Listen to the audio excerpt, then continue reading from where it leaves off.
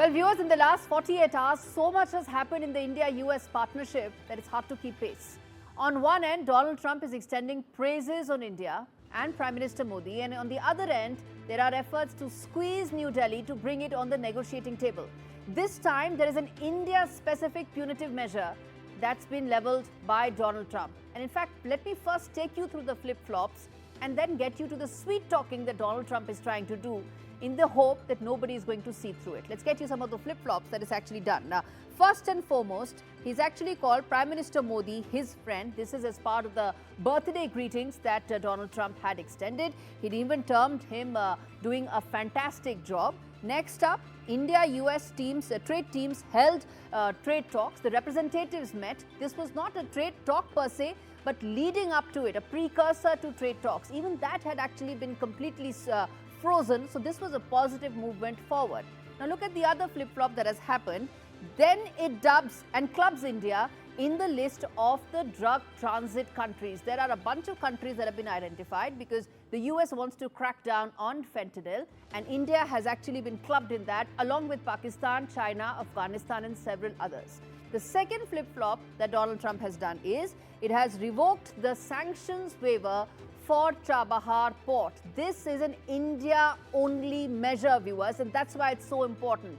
Chabahar port is India's response to China's Gwadar. It ensures that India has a strategic play in that region, something that America has actually backed in the past, which is why there was a sanctions waiver.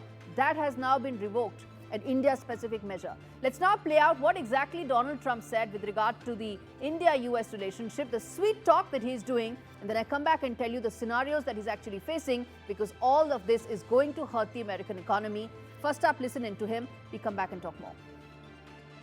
And as you know, I'm very close to India. I'm very close to the Prime Minister of India. I spoke to him the other day, wished him a happy birthday. We have a very good relationship. He put out a beautiful statement too. We have, but I said, you know, I sanctioned them. China is paying a very large tariff right now to the United States. But I'm willing to do other things, but not when the people that I'm fighting for are buying oil from Russia. If the oil price comes down, very simply, Russia will settle. Okay, so that is what Donald Trump was saying. And now let's play out some of the scenarios that lie ahead for the India-US relationship and for Donald Trump himself. First and foremost, the first scenario, which is there, that India-US reach a limited trade deal. They focus only a few aspects of their bilateral trade and leave out some of the contentious issues, which is agriculture, corn, soya bean. Those are the most contentious issues. Leave them out, take a limited trade deal and move the relationship forward.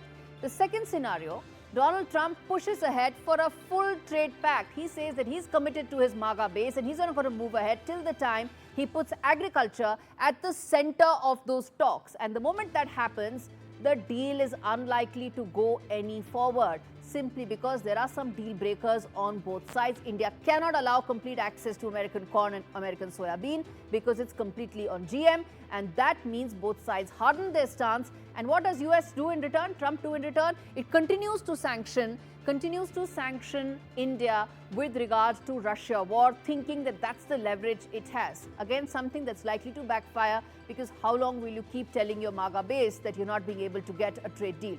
Third scenario, that in my opinion is probably the most likely to happen, weak American economic data that forces Donald Trump to suspend tariffs.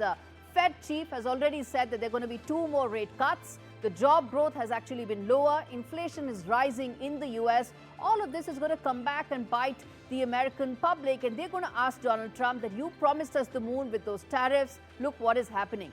The sooner that happens, in all probability, that's when Donald Trump is going to see that these tariffs are not working.